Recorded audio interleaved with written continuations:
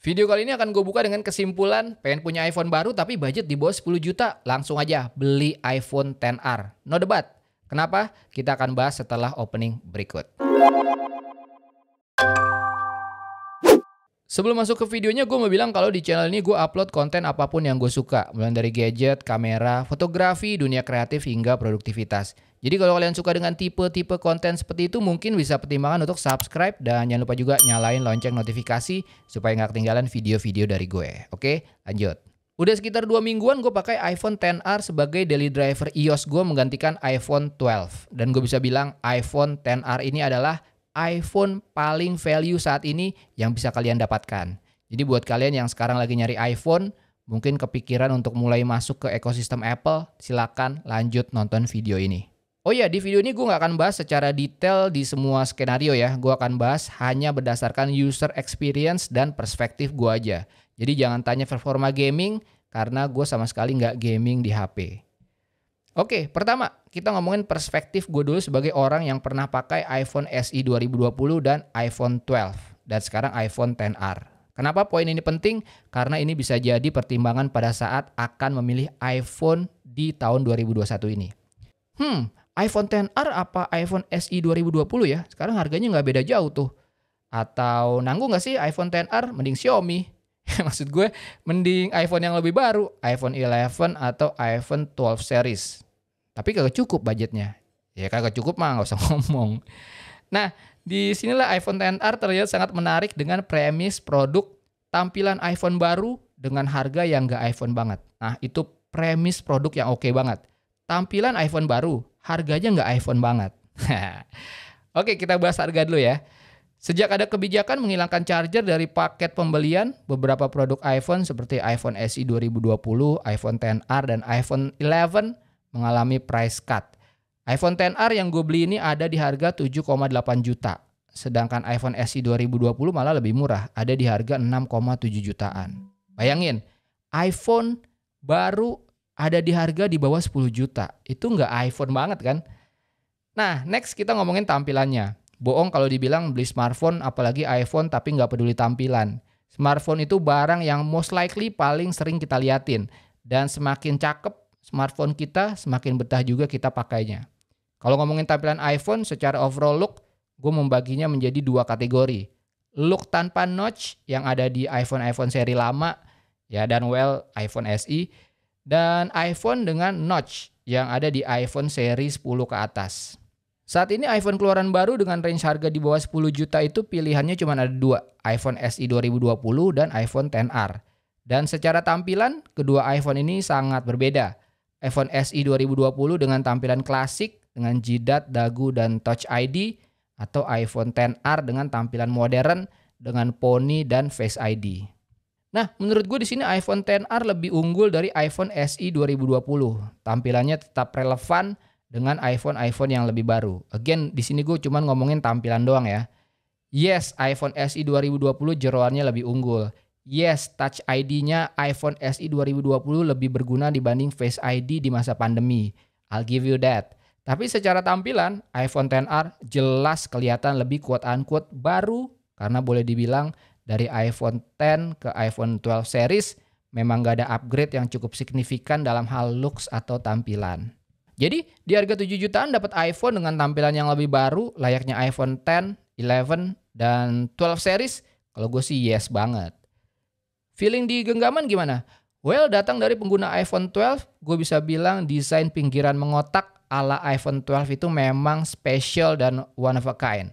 Di iPhone XR ini gue berasa kehilangan grip yang mantep banget, tapi there's nothing that great case cannot fix. Untungnya setelah gue pakein casing dari Spigen, lebih tepatnya Spigen Clear Anti-Shock Ultra Hybrid, grip gue jadi lebih enak, tapi konsekuensinya jadi sedikit lebih bulky, tapi nggak apa-apa, karena experience genggaman gue jadi lebih enak dan well protected juga. Tidak disponsori oleh Spigen, tapi kalau kalian mau beli, linknya ada di deskripsi. Masih soal experience penggunaan iPhone XR ini, walaupun secara size memang lebih besar dari iPhone 12 yang pernah gue pakai, ya apalagi dibanding dengan iPhone SE 2020. Tapi hitungannya masih enak banget buat dioperasiin dengan satu tangan, no problem.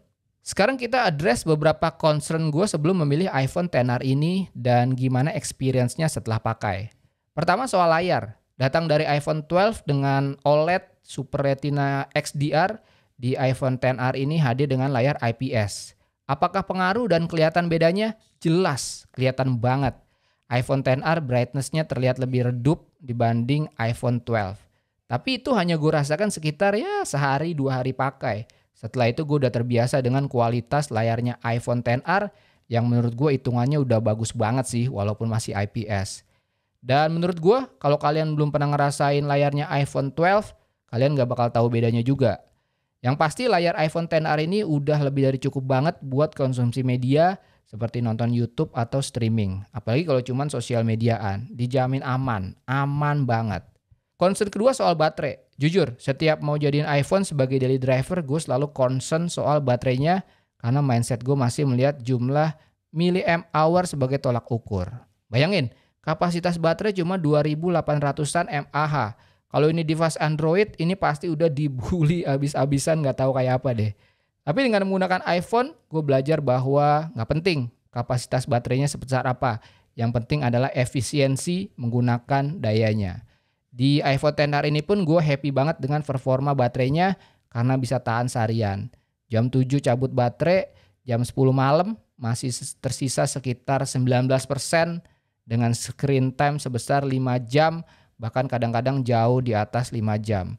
Dengan skenario pemakaian gue, foto-foto, video, sosial media, nonton YouTube, dan streaming, dan yang pasti no gaming. 5 jam screen time, sekali ngecas, dan tahan seharian sampai malam, ini aja udah bikin iPhone XR layak jadi daily driver gue.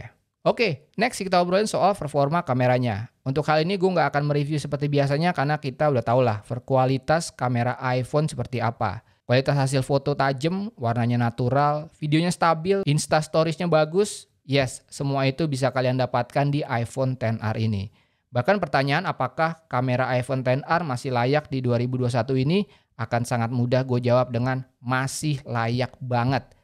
Walaupun kalau dibandingkan dengan seri iPhone yang lebih baru, yes, kalian akan kehilangan versatile-nya 2 kamera instead of 1 kamera aja di iPhone XR. Yes, banyak dari kalian mungkin akan kehilangan night mode, walaupun buat gue pribadi foto malam tanpa night mode di iPhone XR hasilnya lebih cocok sesuai dengan selera gue. Yes, kalian akan kehilangan a little bit extra dynamic range di iPhone XR dibanding dengan seri iPhone terbaru. Although menurut gue, di kondisi common daily use dengan lighting yang gak terlalu spesial-spesial amat, kalian gak bakal kehilangan banyak dong. Buat gue pribadi, 1 kamera di iPhone XR ini is more than enough. Trust me, 1 kamera ini powerful banget buat capture foto-foto daily atau buat gue olah menjadi 1 karya foto.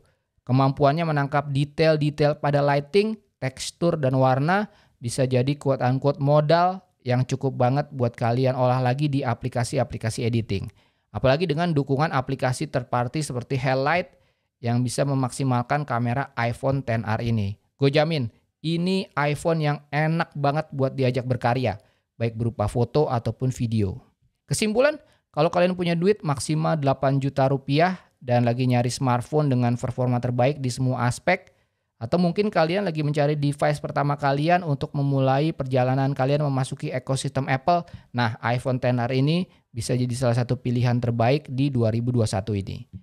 Menjawab pertanyaan terkait iPhone XR ini misalnya mending iPhone SE 2020 atau iPhone XR ya? Jawaban gue, pilih iPhone SE 2020 kalau kalian hanya mencari performa. Tapi selain itu, pilih iPhone XR aja. Lalu apakah iPhone XR ini umurnya masih akan panjang? Yes, iPhone XR masih akan tetap relevan hingga beberapa tahun ke depan, khususnya soal performa kameranya. Jangan khawatir, kalian ini beli produk dari sebuah brand dengan masa pakai yang sangat panjang. Kemudian tangguh nggak sih iPhone XR? Apa mending 11 atau 12 aja? Jawaban gue selalu sama, kalau punya budgetnya selalu pilih produk yang lebih baru. Karena dengan harga yang lebih akan selalu berbanding lurus dengan keunggulan yang lebih juga. Ingat, iPhone XR ini bukan produk iPhone terbaik loh. Tapi produk iPhone paling value saat ini dengan rasio harga dan performance yang sangat menggiurkan. Dan untuk itu gue sangat merekomendasikannya di tahun 2021 ini. Oke, segitu aja video kali ini. Seperti biasa klik like kalau kalian suka video ini, dislike aja kalau nggak suka. Follow Instagram gue Tangan Belang, cek link di deskripsi untuk informasi lebih lanjut tentang video ini. Thanks for watching, I'll see you next time.